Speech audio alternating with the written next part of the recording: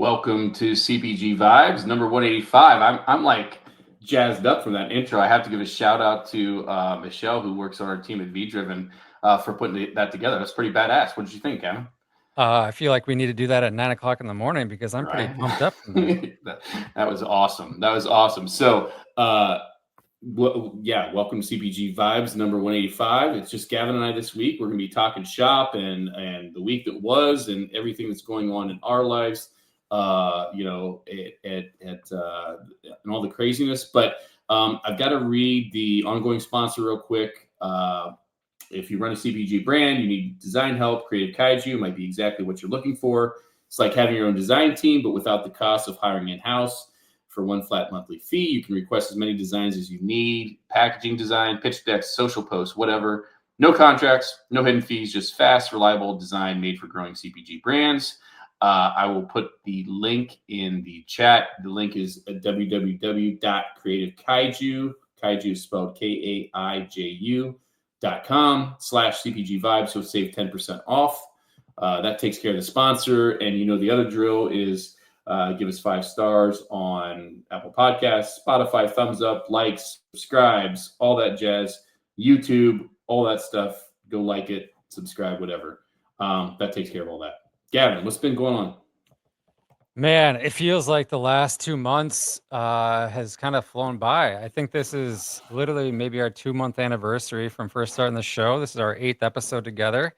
I feel like we're doing pretty good out of the gate. We've had some really cool guests on over the last 8 weeks, and I think we have some really cool ones lined up throughout the rest of the year, which is really exciting, Wade. Yeah, for sure. And I don't know what we're calling. We haven't really formally decided what I don't know if we're going to formally do anything, but formally what we're going to do next week. But I'll just spill the tea. And we're going to be joined next week by the fellows from Brand Arctica, who also do their own show. I think it's on Thursdays. I don't know if they rotate weeks around or days around rather, but Jeff and Peter Jude from Brand Arctica will be joining us next week. I'm thinking it's like When Worlds Collide, and their show is called Where the Dogs of Society Howl, and it's a lot of fun and entertaining. But they're going to join us next week, and so we'll be the 4 of us. So I'm looking forward to that conversation. They do a lot of brand work and marketing work, so that's what we have into next week. And I don't know, do we want to talk? I think we're going to take Halloween off because we're scared. And then after that, right, the week after that, I think, do we want to tease that far ahead?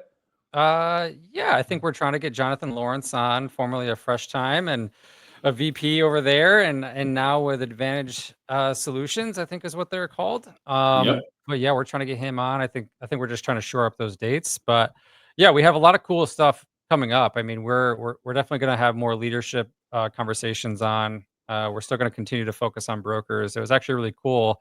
Last week, I think we were talking to Sean offline a little bit, and he gave us Sean Berg, who just Happy Friday.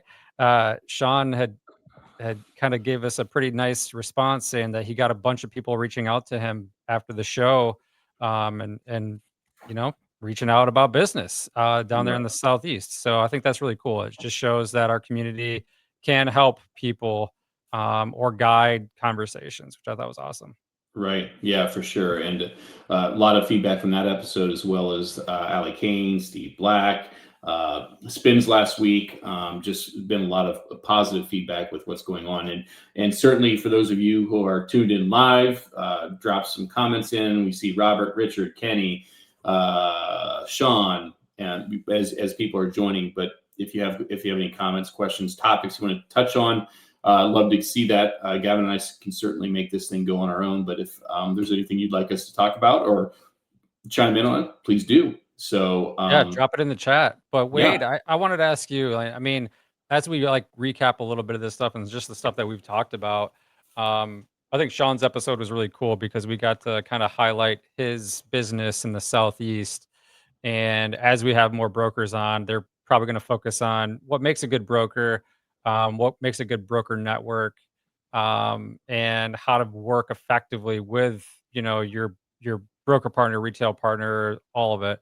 But you obviously work for the broker, so mhm. from your perspective, what are like the top 3 things that you um, that you need to effectively do at Be Driven to make sure your relationship Mm. brand is solid?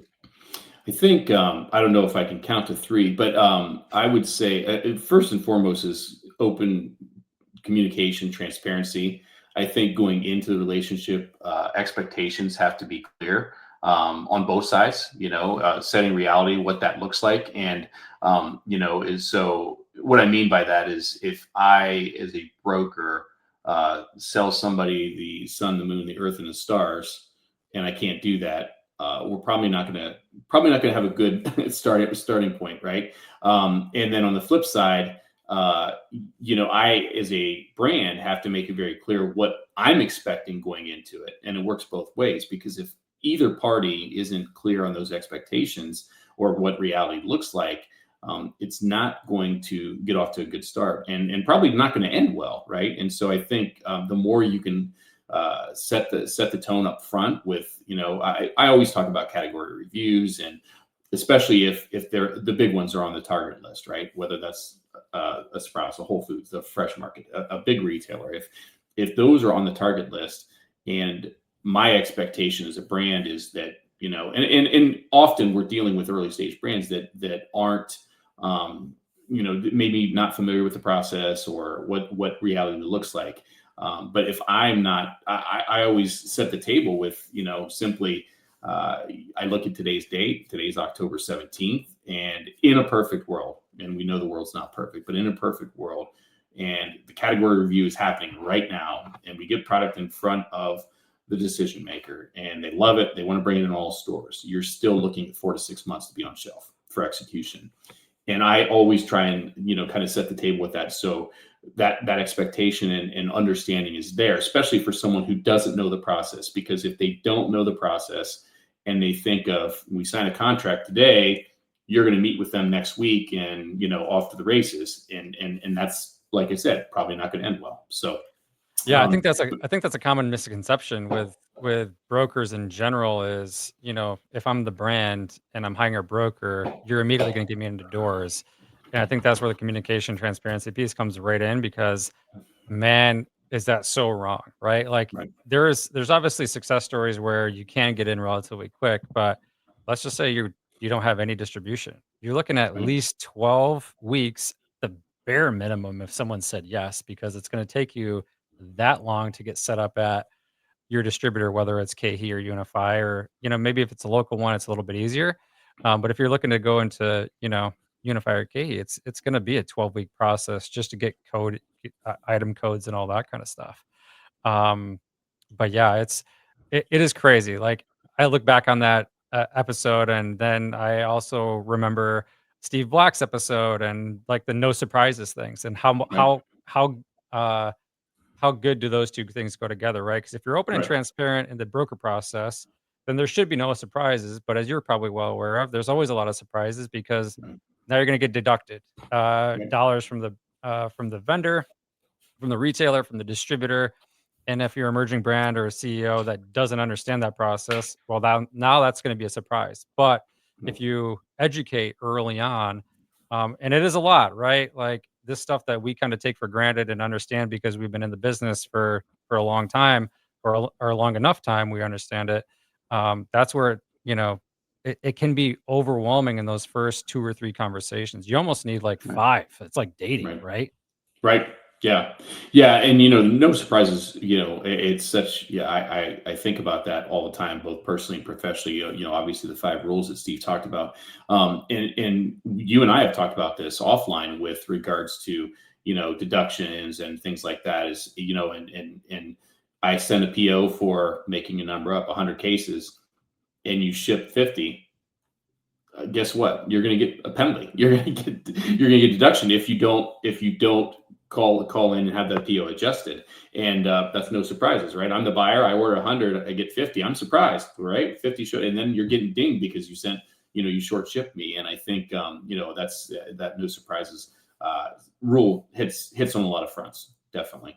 Yeah, no doubt. I think just keep it on the broker conversation for the next few minutes. It is challenging, right? Like, I think us having the luxury of being both buyers And then on the sales side, you a broker, me a brand, like there is different relationships, right? Like I know with me as a buyer, I operated a different way than I think a lot of buyers do. I was very open and transparent and communicative, or try to be, or try to be as much as I could be.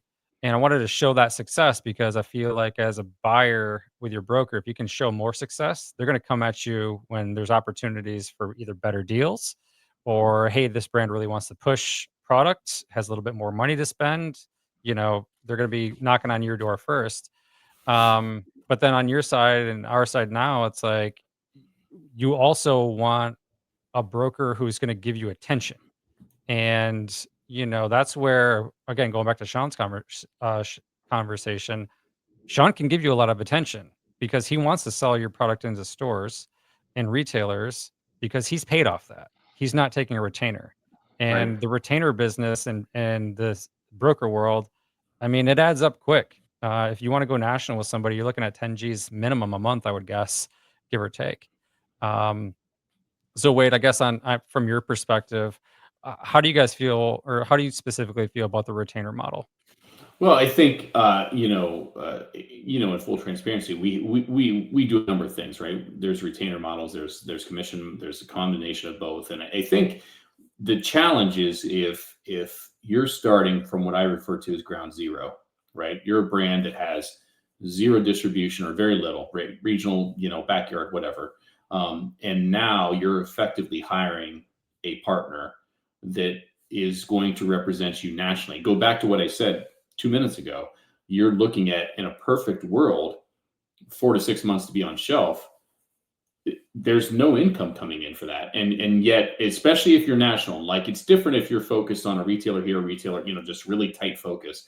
But if you're going from a national perspective and you're literally hiring a sales partner that's going to be working on both sides of the country, everywhere in between, on your behalf, traveling, flights, hotels, to make presentations with your product, if that's what you're hiring for, the retainer model, I mean, there has to be something coming in to offset some of, right, initially, and there should be ideally a path to move away from that as you start to get wins and build commission. So in that scenario, I think that's where it makes sense, right? And I think, again, it's about understanding and those expectations up front, right? If I hire you for in my backyard, and the path to shelf is relatively short, conversation. But when you're hiring a national sales team and you have nothing to start with, and there's no what I call inherited commissionable sales, I get the retainer model, and understand it, and it makes a lot of sense. And it's not for everyone, right? It's just not.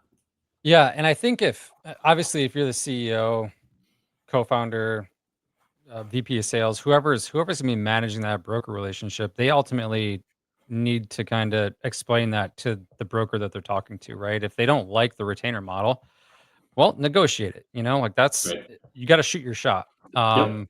Because I think I've worked for quite a few brands now, and sometimes the retainer model just doesn't work. Because Right. you might be contracted with one of the more prestigious national brokers, but hey, man, their book might be about 200 brands. So, Right.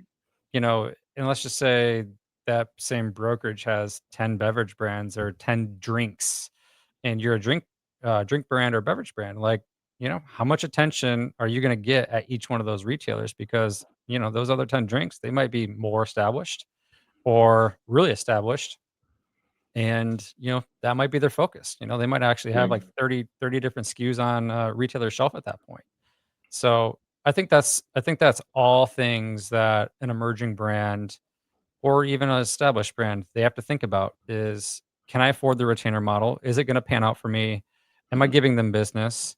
And then ultimately, you know, is that the best program for me?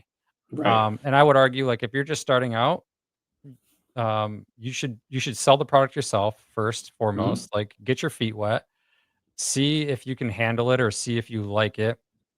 But then what that does is it allows you to understand, hey, I did this, this, and this for this retailer in this region, and it worked for me. I just don't have the capacity to do this nationally, and you Right. explain that to their broker partner. So, Yeah.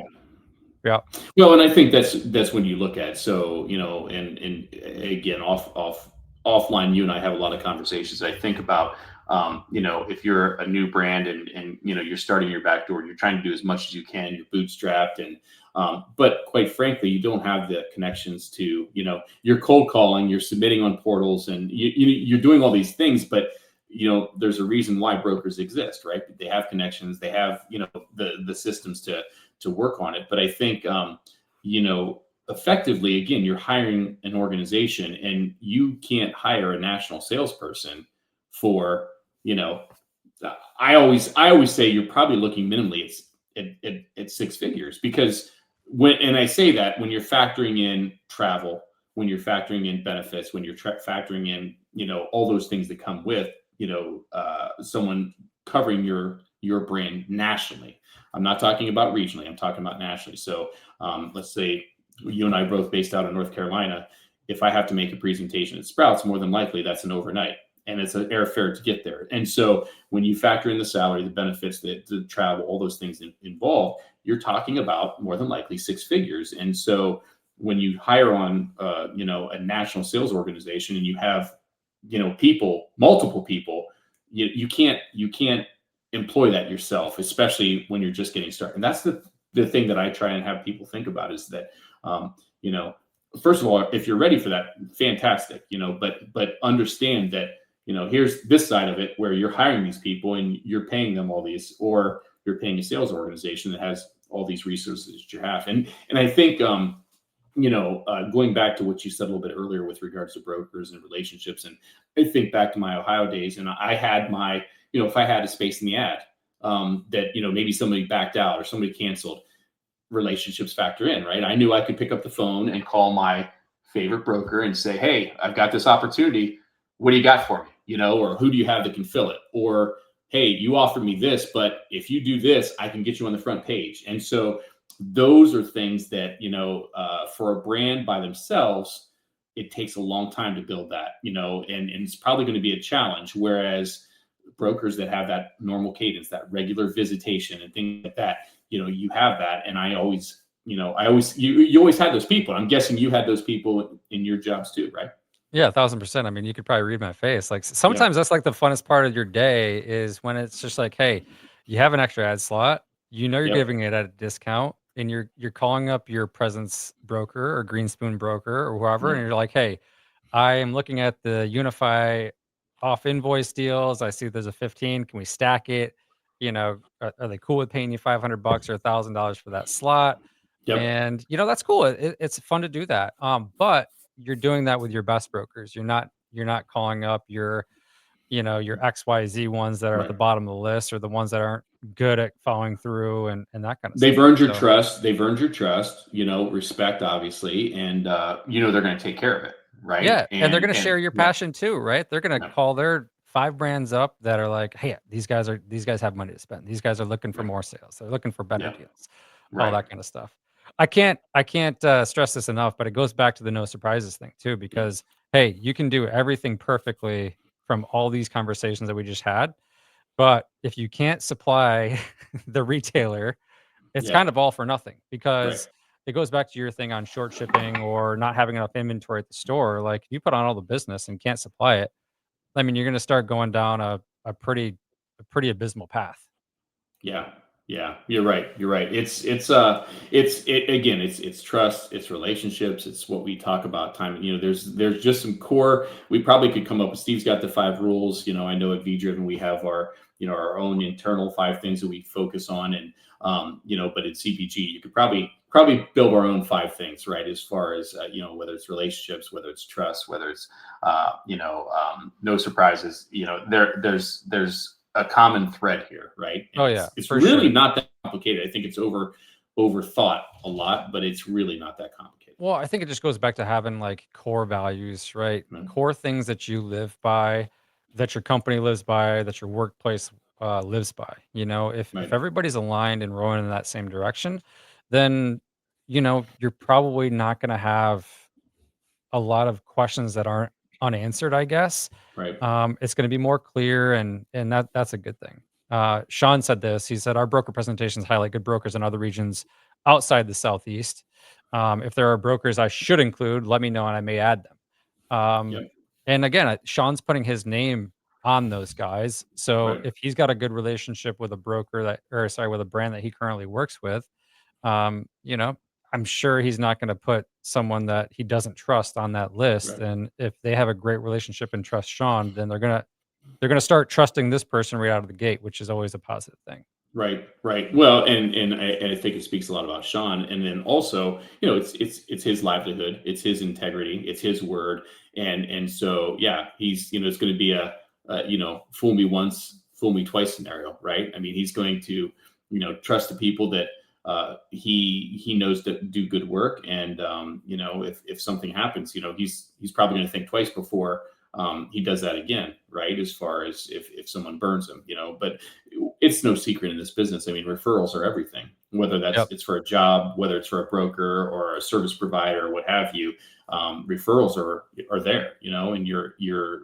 word of mouth is significant, and news travels fast. So Yeah, I can't agree with you more. Referrals are important, whether it's, like the current broker that I use, I've given plenty of referrals to, and when they can get that vote of confidence and have a good conversation about, hey, should I use it? Like, what do you like about this broker? What don't you like? right, You can have an honest conversation with them, and then there's like no surprises kind of going into either their next conversations with the broker, or they know what questions to ask based on that feedback.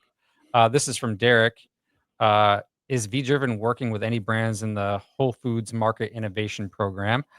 I'm working with a brand that's getting just 30 days test on shelf. That seems ooh, incredibly tight. ooh. Well, I'm not familiar, and Gavin, help me out. Specific to I mean, foragers, the foraging program, and the different regions and things like that. We certainly work with them, but is there a formal? When I think of the innovation set, I think of Sprouts, right? Yep. And what they're doing. I think of foraging. Just I automatically think of Whole Foods, but a specific program. I Are haven't you? I seen was any of going to this stuff say. I yet. was I going to think say. I've heard stuff through the grapevine, but I didn't know that there was a formal thing. I 30 know days is my that's tight. goodness. That's I'd be really curious to tight. understand what maybe Derek will chime in, but I'd be curious to Yeah. understand what style of product that is, if it's a bar or beverage or something like that. 30 days seems Right. pretty tight though. Right. Yeah. Wow. That's I mean, there's not a lot of room for error there. I mean, between shipment and, you talked a little bit about the setup process. And I think going back to that, talking about why things take 4 to 6 months and so on. And I try and walk through that from, so, okay, as I said, today's October 17th. I look at the product. I love the product. Okay. Okay. I want to bring it in. Now what happens? So distributor setup talked about. And from my so look at it two ways. We got the brand side and you've got the retailer side. So from the retailer side, I've made the decision I want to bring these products in the stores. Now I have to decide if I haven't already what's going to be eliminated, and what when where I have to redesign my planogram. I have to make accommodations for those. Maybe I'm moving things up and down. I have to think about the markdown for the products that are being discontinued. Is it, and sometimes that's a stair step, right? It's maybe it's 10%, 20%, 50%, 75%, get rid of it, right? And so whatever that cadence looks like, I have to think about that. I have to think about, and again, I'm talking from the retailer side. I have to think about execution on shelf, labor if it's a concern. It has to be certain days. I'm not going to do resets on the weekend. All those things have to factor in. So when you talk about that 4 to 6 month timeline, the distributor setup, the retailer piece, all that is part of why it takes so long to come in. And I know we can probably go down a rabbit hole, but when you start talking about slotting and you start talking about free fills and things like that, a lot of that is to offset what I'm talking about right now is the markdown process for the existing product, the labor involved, and all those things. So it's not just they're getting free fills, they're putting in their pocket, getting slotting, they're putting in their pocket. It's to offset a lot of these things that are happening. So I don't know if you have Yeah, anything on it's that. no, I mean, you touched on a bunch of it. I mean, the longest part of that process is going to be from when you made that presentation to the retailer and when that retailer said yes, right? Mhm.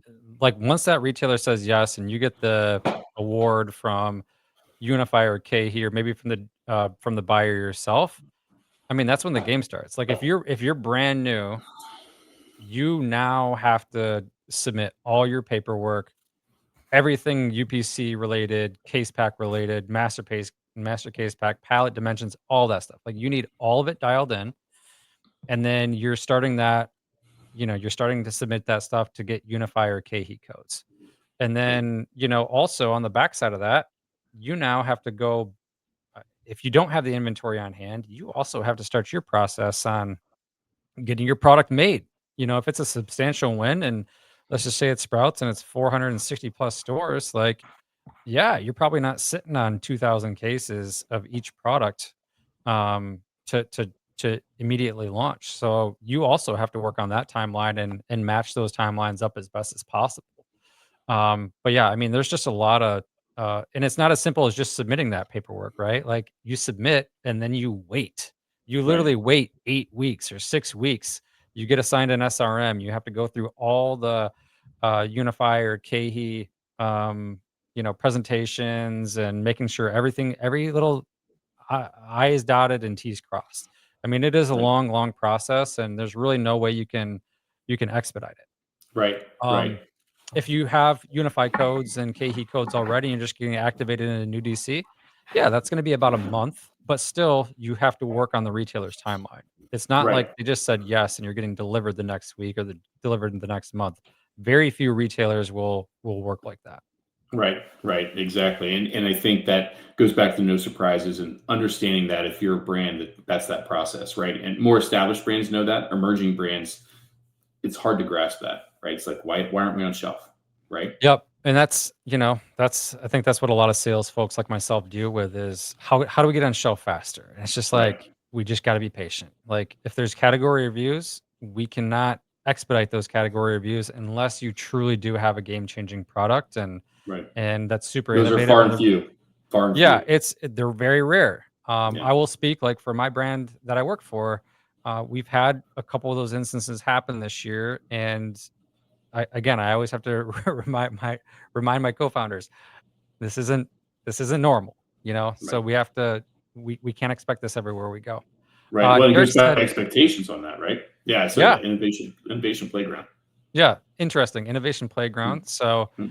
maybe they're going to literally treat it like a recess playground, and it is going to be a 15-minute stint or a 30-minute recess. And Well, if you think about what everything you just said that has to happen to get product there, for only 30 how days.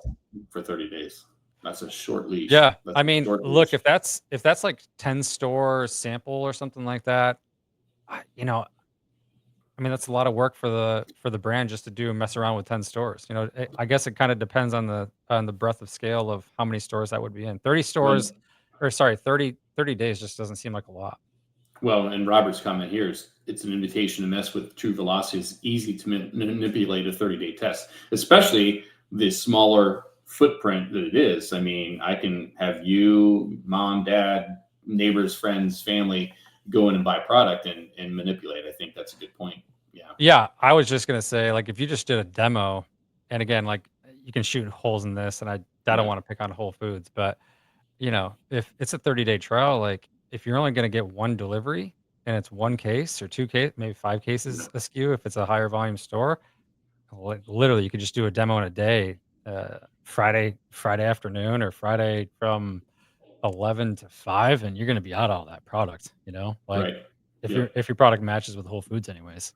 Right. Yeah. Yeah. Good stuff. Good stuff. Well, I wanted I did wanna give a shout out to Kenny. He had a really cool post today. I know that they did their, startup CPG pitch slam. I think they did give out an award. I'm not sure what the brand actually was, but, I think I saw Total Verde, I believe. Kenny will tell us if, or I'll find it by the time he gets it typed in here. Um, but why I but wanna bring yes. that up is because Kenny's been really excited about this. Hmm. For multiple months. I think Startup CPG and Daniel had put a lot of time and effort into it too, and it looked like it was a really good event. I know Yeah. V Driven obviously does some of those pitch slams for Sprouts. This looked like it was in some type of theater. Yeah. Looked like a really nice event. It looked like it was really well done. So kudos Well, to Kenny and the first time for that. yeah, no, and it was Toto Verde and Jocelyn Ramirez with them, and just we do Sprouts, but we did Infra. I think last week we did Whole Foods, obviously Fancy Foods. We did Got somebody else coming up here too that I'm forgetting, but a lot going on there. It's a nice way to get brands in front of, and I don't know what the process was with the grocery run, the startup CPG, but it's kind of like speed dating, right? You see a lot of things, and it's kind of also when you think about, and I don't know if you've participated in this or not, the ECRM model with being able to go in there and as a buyer go in, and it's speed dating. I did several of those events when I was with Rouse's, and you can go in advance, see who's going to be there. Yes, I as a buyer want to see this person. They schedule, and they're militant about the clock. It's like you've got 10 minutes, 15, whatever it is, and they ring the bell, and if you're not moving on, they're over there saying it's time to move. You got to go to your next one, and so they keep it really tight. But it's a lot can do that. When I look at my calendar on this side, but I know, and I'm sure you can relate when you were in your previous roles, that sometimes you look at that calendar and those meetings can be overwhelming. And I know certainly post COVID, so many have switched from being in person to virtual, and it's stacking them over and over and over. But quite frankly, you can't possibly talk to all the brands that submit for the reviews, and so you're picking and choosing. And so these opportunities where the brands are getting face time with the buyers and decision makers, I think it's invaluable, because whether it's one thing to have a broker on your behalf kind of doing this and delivering the feedback back to you, but it's another for you, pitch aside, for you to hear that feedback directly from the decision maker, right? And I think you can't put a value on that. It's invaluable. No, and I know I've talked to you about this. I think this is really cool what you and Daniel or what V Driven and Daniel have done at Startup CPG, because like it's just from speaking from the brand side, it is such a blessing opportunity to be able to fly to Sprouts, fly to Fresh Time. Fresh Time's obviously got 70 plus stores. Sprouts has 460 plus. And just being on this side and knowing that, hey, you submit for Whole Foods, you submit for Albertsons, you submit, right? You can have some relationships with the buyers, you can have some relationships with the brokers, but ultimately the buyer or the KHE or the Unify account manager are going to be the ones that in the natural organic industry grant the meeting. Right. And you could have the most innovative product, you could get skipped over, right? And it's not your fault. It's just how the process goes. So having this opportunity where, hey, you can fly to Sprouts and pitch chips if you're a chip brand. And just knowing that, hey, you might have done that for 2 or 3 years and you've been rejected every single time, but now you're going to take your chance, and it's not going to cost you that much, and you're going to get the feedback. That's the most important thing for the brand founder to hear, or the VP of sales to hear, is the feedback. Again, if you go to Sprouts and say, hey, as a buyer, I really like this product.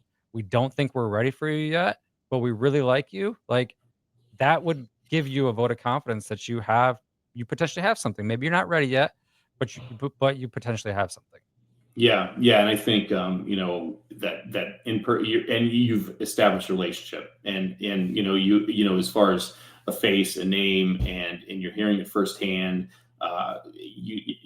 Like I said, it's invaluable. You just cannot underestimate what that's worth. And whether you make changes based on the feedback that you get or not. I always use that example of if I'm 2 stores in the middle of nowhere and I give you feedback, it's probably one thing. But if I'm getting in front of a Fresh Time, a Sprouts, larger retailer, and I get that feedback, it's probably like, okay, now I have something tangible that I'm hearing this firsthand, and I can go back, and whether it's an attribute, it's packaging, it's price, it's something, I can go back and discuss with my team and say, okay, here's what I heard, and kind of go from there. So Wait, how when V Driven does those pitches, is it 10 minutes? How long does the brand have to pitch? it depends. It depends. Typically it's somewhere between 5 and 7 minutes they have to pitch, and usually roughly the same amount of time for Q&A dialogue after. So And like when the pitch starts, does the buyer are they like trying the product right there as he's pitching, Yeah, or are they usually there's pitched? samples being passed around. The brand or whoever's doing the presentation is talking. They're touching the live samples, tasting if they choose to, what have you. And so yeah, you've got try and keep it really tight on that pitch so that there is time for that feedback and questions about the product, about the story, what have you. So Yeah, I think look, man, 10 years ago, I don't think there was many that or many of those opportunities, right? Just that those opportunities existed at trade shows and the Nosh live events and things like that. And I think again, what V Driven's doing and what Startup CPG is doing to help the retailers out to build that community of brands, broker partners, and retailers, like it's just another way to connect in a meaningful way. So right. And kudos, kudos to those guys. the other thing that I'd like to point out too is, I kind of have, I've talked about this, I forget several times this week, but there's a whether it's preconceived or just this mindset that and there are different formats with regards to these events, right? There are some that have winners, and sometimes there's a prize. I think in the case of Fresh Time and Kenny's event, there, whether it was guaranteed placement or something, whatever it was, there was a winner, right? Toto Verde. Excuse me. Most of the things we're doing, not always. Sometimes if it's a specific thing, there might be a winner, but it's not about a winner. It's simply about pitching the product, right? And so it's just like there could be 10 winners, being getting placement, right? And so it's not okay. There's one winner, and I'm competing against all these other people. What we're doing is simply getting that what we talked about, that FaceTime, the feedback, and those things. And there could conceivably be every single brand ends up ultimately winning in one way or the other. And we recently did a bakery event that was like that. I mean, we walked out of there with probably half a dozen brands that are probably going to have some kind of opportunity, and not just one winner. And so the formats vary, and I think that's something to think about as well. Yeah, I would care less about winning the thing and just having a positive impression. I mean, that would be my main goal is Right. to to create a memorable experience and with the goal of hoping to get into the stores, or to make that connection with the buyer. So Derek's got a good question. Is Sprouts innovation to planogram rate still around 25%? I don't think that number is. I don't. If there is a number, I don't know that it's published. But I think that the number that I've heard in the past and seen, talked about is I think it might be slightly higher than that, but it's somewhere. And I think part of it could be if you have a no, not to sell services, but if you have a broker, right, or so it might be slightly less than that or slightly more. And I think it goes back to we've said this time and time again as well. The work begins once you get on the shelf. So the win is in getting an innovation. That's when the work starts, because if you go to innovation, I think ideally your ultimate goal is to get in the mainline set. And so innovation is just kind of your test and your proving ground to make your case to get into the mainline set. And so I think to your point to the planogram, the mindset of I'm in Sprouts, I'm in innovation. No, now you want to push. What does it take to get to here? And so that's when you're talking about digital couponing, you're talking about demos, you're talking about social nature and all these different opportunities that you have to drive velocity. And you should, if you get that acceptance, come to the table with that in mind, that's your goal. So Yeah, I thought the number was quite a bit lower than the 25%. That would basically mean one one in out of four, every four yeah, would make it, which I mean that's right. pretty aggressive because I know they turn that over every month or two, I think, right? Yep. So Yeah. Well, I think it's ongoing. You know what I mean? yeah, Like, I think typically it's 90 days but I think there's an good influx call. of items coming in every month. Yeah. This comment from Lori, this is Lori Volk. I can see it on LinkedIn. I can't see it on our feed over here as far as it says LinkedIn user, but it's Lori Volk with Lori Lemonade. New brands really need to be very well funded if they want to play this game. And I think, yeah, there can never be enough money. I think, right, Gavin, you can Yeah, relate I to me. just, I think it's funny that we continuously have to say that, but uh, you know, we constantly just hear all all the time brands running out of money, not having enough, needing to go raise more. I mean, obviously, if you're going to raise more, your product's probably moving, and you're raising against that story. But I think a lot of people who get into CPG and food CPG specifically are pretty naive when it comes to, hey, we can skate by with a 50% margin. I would, I don't know if it was Jake or someone multiple weeks ago basically said that you need to be close to 100% margin, and I don't disagree with that, You never have because enough margin. yeah, Right. like, I mean, y- just at the end of the day, like, just because you get on shelf doesn't mean anything. You No. need to get your product to move off shelf, and that's the most important thing, and I think so many founders and so many brands think the win starts when you get the acceptance. And I mean, the real work, the clock starts ticking the second that you get on a shelf. You have Yep. 8 solid months to start performing, maybe 8 Hopefully. months. Hopefully. Yeah. Yeah. Yeah, maybe it might honestly be 6 months in some cases, but that category manager is gonna review that product within 6 to 8 months before they start their next review, depending on which retailer they work for and how far they work out. So, if you're not dialed in basically from day 1 and performing from day 1, you're already climbing uphill, and it is gonna be hard. Right. And let's just say you figure it out. Let's say you figure it out 6 months in and your velocity is at 10, 15 units a week. Now you gotta hope that that category manager is a good one that looks at monthly trends, Right. within the category, and I hope they do, and I hope they all do. But I just, you don't want that to happen to where you're you're a 0 and then you're a hero the last 2 months of the year, and then as a category manager has to understand, well, why do they perform the last 2 months? You start asking Right. questions. So Right. it is truly tough.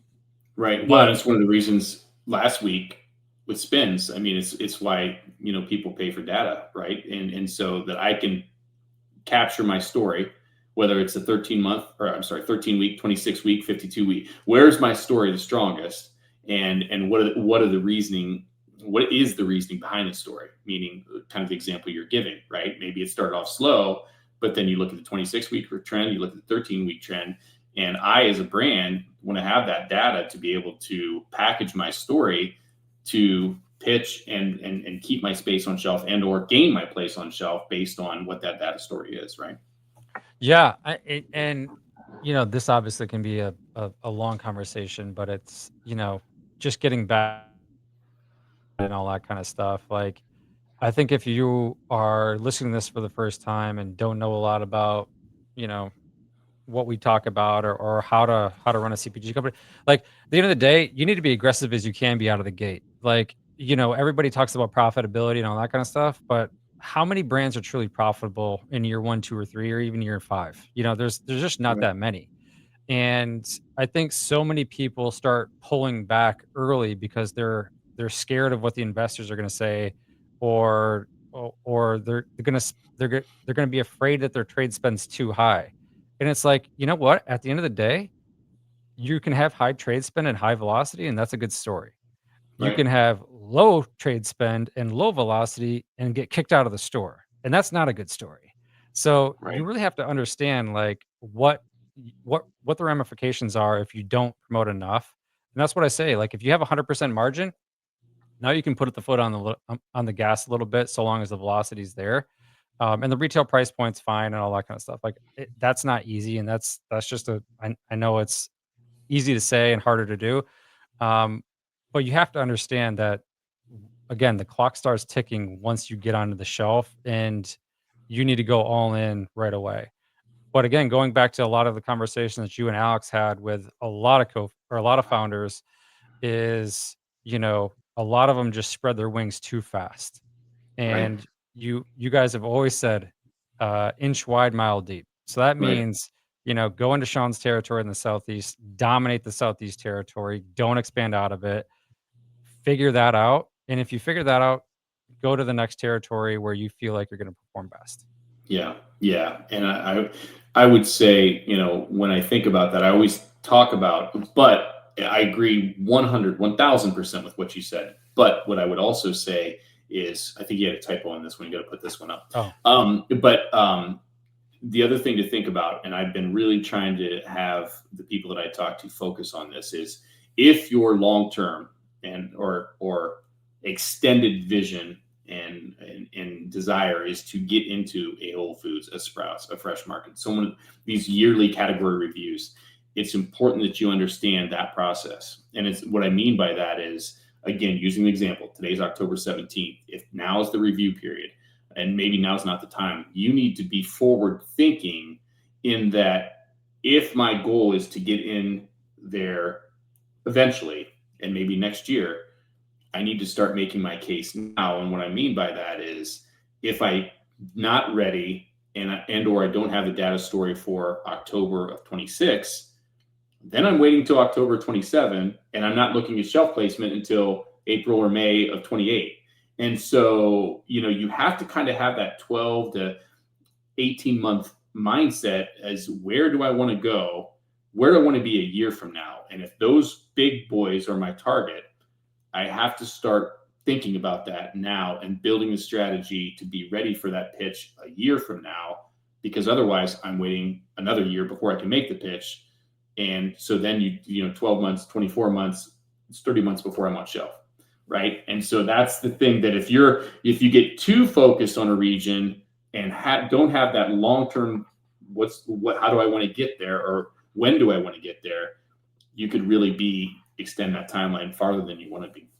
yeah. So, I mean, that really goes to that leads to like what the vision of what your goal is, right? So yep. if you're dominating in the Southeast, you need to understand that somewhat early, Mm-hmm.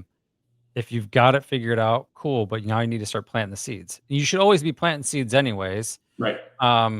But if you've planted a seed at Walmart or Sprouts or somewhere else, and it's like, hey, I've got this really cool idea, got this cool concept, it's just getting up off the ground and giving them those nuggets. I think that's good. But, you fast forward 30 months, what's your burn rate times 30, And Well, yeah. Yeah. And again, I think it's important to think that through and what that looks like. And, that it's a marathon. It truly is. I it think is it is not yeah. for the faint of Mhm. heart. No, which is a good segue to Robert's point here. He says, what ratio do you want to see a brand have in the treasury? Fees to get on the shelf, funds to get the brand off the shelf, and you have to have dollars to move it off the shelf. So it's money. It's bottomless pits of money that you have to be Yeah, I thinking think about. I think Allison talked about this on our episode with her, and I think she said a mill, and Mhm. I would say, like a mill's probably going to get you like a year and a half, depending on how aggressive you are with hires, fractional people, all that kind of, because that's going to cost money there, and you got to pay yourself, and you got to make products. Right. So, a mill is going to get you somewhere, but it's not going to get you probably all the places. It's also going to be dependent on how many SKUs you have, because you have 2, 3 SKUs. That's not going to be so bad, but you have 5 SKUs. That's slotting times 5 at a lot of these retailers. You're not going to get a discount if you get 5 SKUs into a retailer. It's going to be Right. whatever it is times 5, and that can add up. I mean, slotting is going to be your number one core expense at the end of the day in year 1 and probably year 2, depending on how aggressive you are in retail. So I would say a mill, but I would definitely lean heavier on that too. It does depend on your margin as well. Right. So another comment from Lori. Still think the best way to prove a brand is going local and deep in the community first. No argument. No argument. I mean, uh, you I was on. I can't think. This week I facilitated a panel for the SKU Accelerator program. Robert Johnson was on that. Robert was on with me on CPG Office Hours this week, and somewhere this week I had a conversation with regards to getting the product in your local store. I always use that farmers market mentality. You start at the farmers market. If it's realistic, you're starting there. Everyone tells it's great, whatever, and then the next you go to that next, maybe it's the local IGA co-op, whatever the case is, and get your foot in, and then you kind of baby steps and kind of walk her along. I think that's Lori's what she's talking about, is just to really local deep, and then do you want to go beyond that? Because guess what? There's some regional brands that are only regional and probably only ever will be regional that do okay and do really well, and Yeah, going I national think isn't for everyone, I think so many people get blinded by the dollar signs and raising capital and all that kind of stuff. And at the end of the day, if you do exactly what Lori said, which is, grow it locally and in the community, you're going to have recurring customers in the community that you can always fall back to. And again, just spread a little bit from there if you feel like it can go beyond that. And where I think a lot of companies go wrong is they get that initial real real deep excitement from somebody or an Mhm. investor or whatever, and then it's like the gloves are off and you got to be everywhere all at once. Right. And I just know because I've seen this happen so many freaking times that you start going everywhere all at once, you don't know what's going on. It is too overwhelming. Let's just say you get into C stores and mass retail and all this other stuff. Like, you're paying for data and you're trying to interpret it. You're 1 unit a week at CVS, at Walgreens. You're 4 units a week at retail. You're in all these different spots, and it costs you so much money. And there's distribution expenses all over the place. Again, I think if you're just starting out, just be slow and patient. Learn your product. Learn what the feedback is. Demo the product, get the feedback directly from the consumer of why they like it or what they don't like about it, if it's too expensive, if it doesn't taste good, if there's an aftertaste, all that stuff. It's just, again, we can talk about that until we're blue in the face, but I just know that the other side of this is it's because they've raised capital and they need to start showing a return. Yeah, yeah, I agree. And I'm trying to find, I saw a post this week, and it kind of goes hand in hand with what you're saying. See if I can find it here. With iterating, making changes, I think, and I'm not going to say I'm biased, but I'm biased about, oh, I got to find the right one here before I say what I'm about to say. I've worked with these, as part of the SKU program that we're talking about. And if I can find it, I'll tell what the brand is. But if I can't find it, I'm going to have to Lori come Lori back to also it. said this. She said we do okay and are profitable staying in 10 states with Whole Foods. So, Good. and again, I think it's just about the greed level. Like at some point, how much money do you need to make? Or, are you okay being a $5 million company or do you want to be a $50 million company? Like, what's the difference at the end of the day? It Right. really depends on what you ultimately want to do. I've got two links I put up here. The first one, I'd be remiss if I didn't talk. We're going to be doing a master class with Feed Driven next week, and the topic is navigating KE distribution, and that's next Thursday. The link to register for that is free, is in the chat. But the other one, it's a post from Laura Orley, who's the CEO co-founder at Daily Crunch, and she shows literally 2020 what their bag looked like, 2022 what their bag looked like, 2023 what their bag looked like, and now what their bag looks like. So 4 packaging changes in the course of 5 years. Going back to what you said, it's like tweaking here, and if you look, I mean, the graphics and visuals are very obvious to look at and see the differences there. But then it's they've got their non-GMO project verified, so you see that's on every package. But some of the call outs are different in each version, and it's just to think about that for a second. 4 packaging changes in 5 years, which is that constant evolution and iteration to get to where you want to be. And I think it goes back to what you said is, you're tweaking this, and you're getting that feedback and making those subtle changes that and little by little you're building progress, right? And it's kind of going from there. So I encourage you to check that post out. It's pretty Yeah, I pretty in dig depth. that, and I'll actually love seeing those stories on LinkedIn where it's like you see the first rendition, and then you see the second, third, fourth, and fifth, Yeah. and you know, again, that stuff's necessary, and I think that just goes back to self reflection and listening to the feedback. Right? I'm sure she's got a great support system around her where maybe she's hearing it from brokers or buyers or designers. And I would argue like if I started a brand tomorrow, I would get so much feedback from marketers that have specific degrees in design or specific expertise in design because, again, there is so much psychology that goes into a package of what callouts that are trending or what are going to be uh, eye popping for the consumer and all that kind of stuff. And some of it's just subtle stuff. Right. I always say this, like you should like on a beverage, you should always have the picture of the fruit on a beverage because people do Yeah. shop with their eyes and eat with their eyes, you know. Yeah. But there's a lot And of products out there that ultimately don't have that. Rich from Rich Insight says she likely would have evolved more quickly with my help. And speaking about shopping with your eyes, that's he does the eye tracking, and I said it 1,000 times.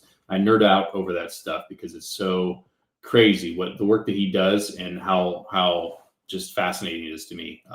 But yeah, people shop with their eyes. So a few minutes left. Anything else we should touch on before we go? It's flown by pretty quick. Yeah, it has. I know. So next week we're Antarctica. on. Yep. Yep. And then the week after is Halloween. We're not gonna do Yep. a Halloween episode. I know Yep. I've got to take a red eye that morning, and then I'm gonna be sleeping and then doing Halloween with the twins. Yep. So yeah, I think for us going forward, I think we'll probably be off a couple times throughout the month of November and December for obvious reasons, holiday reasons, and things like that.